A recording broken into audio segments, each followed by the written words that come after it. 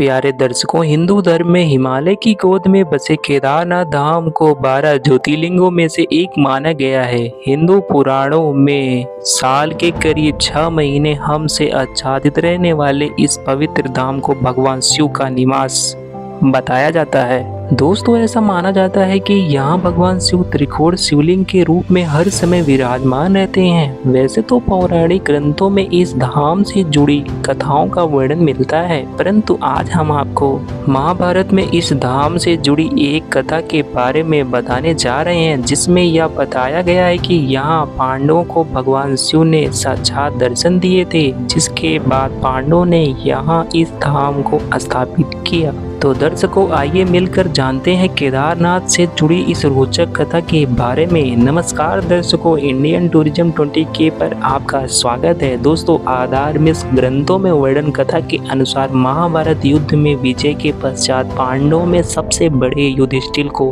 हस्तिनापुर का नरेश के रूप में राज्याभिषेक किया गया। उसके बाद करीब 4 दशक तक युधिष्ठिर ने हस्तिनापुर पर राज्य किया। इसी दौरान एक दिन पांचों पांडव भगवान श्री कृष्ण के साथ बैठकर महाभारत युद्ध की समीक्षा कर रहे थे। समीक्षा में पांडवों ने श्री कृष्ण से कहा, हे नारायण, हम सभी भाइयों पर ब्रह्म हत्या के साथ साथ अपने बंधु बांधवों की हत्या का कलंक है। इस कलंक को कैसे दूर किया जाए? तब श्री कृष्ण ने पांडवों से कहा कि यह सच है कि युद्ध में भले ही जीत तुम्हारी हुई है, लेकिन तुम लोग गुरु और अपने बंधु बांधवों को मारने के कारण मुक्ति मिलना असंभव है, परंतु इन पापों से सिर्फ महादेव ही मुक्ति दिला सकते हैं। तुरंत महादेव की शरण में जाओ। उसके बाद श्री कृष्ण द्वारका लौट गए। उसके बाद पांडव अपने पापों से मुक्ति के लिए चिंतित रहने लगे और मन ही मन सोचते रहे कि कब राजपाट को त्याग कर शिव जी की शरण में जाएं। इसी बीच एक दिन पांडवों को पता चला कि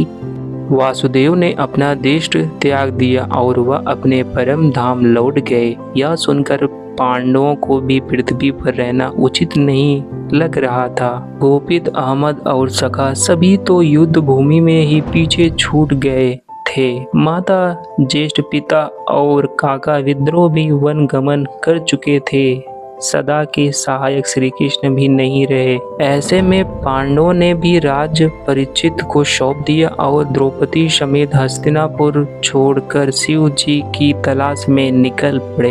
हस्तिनापुर से निकलने के बाद पांचों भाइयों और द्रौपदी ने भगवान शिव के दर्शन के लिए सबसे पहले पांडव काशी पहुँचे। वे उन्हें वहां नहीं मिले। उसके बाद उन लोगों ने कई जगहों पर भगवान शिव को खोजने का प्रयास किया, परंतु जहां कहीं भी यह लोग जाते शिव जी वहां से चले जाते। इस क्रम में पांचों पांडव और द्रौपदी एक दिन शिव जी को खोजते हुए हिमालय तक आ पहुंचे। यहाँ भी जब शिव जी ने इन लोगों को देखा तो वे छिप गए, परंतु यहाँ युधिष्ठिर ने भगवान शिव को छुपते हुए देख लिया। तब युधिष्ठिर ने भगवान शिव से कहा, हे प्रभु, आप कितना भी छिप जाएं, लेकिन हम आपके दर्शन किए बिना यहाँ से नहीं जाएंगे। और मैं यह भी जानता हूँ आप इसीलिए छिप रहे हैं क्योंकि हमने पाप किया है। युधिष्ठिर के इतना कहने के बाद पांचों पांडव आगे बढ़ने लगे। उसी समय एक बैल उन पर झपट पड़ा। यह देख भीम उससे लड़ने लगे। इसी बीच बैल चट्टानों के बीच अपना सिर छिपा लिया, जिसके बाद भीम उसकी पूंछ पकड़ खींचने लगे तो बैल का धड़ सिर से अलग हो गया और उस बैल का धड़ शिवलिंग में बदल गया और कुछ क्षण पश्चात उस शिवलिंग से भगवान शिव प्रकट हुए। शिव ने पांडवों के पाप क्षमा कर दिए। आज भी इस घटना के प्रमाण केदारनाथ का शिवलिंग बैल के कुल्हे के रूप में मौजूद है।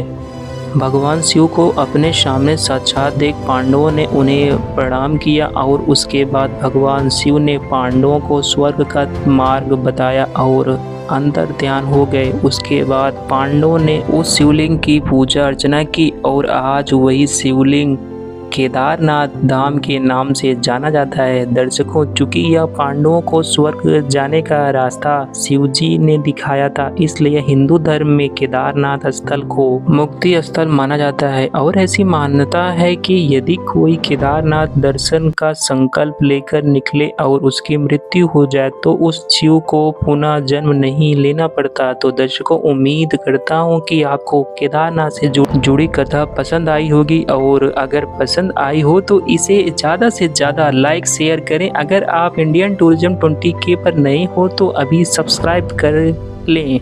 आज के वीडियो में फ़िलहाल इतना ही। हमें दीजिए इजाज़त। वीडियो को अंत तक देखने के लिए आपका बहुत बहुत शुक्रिया।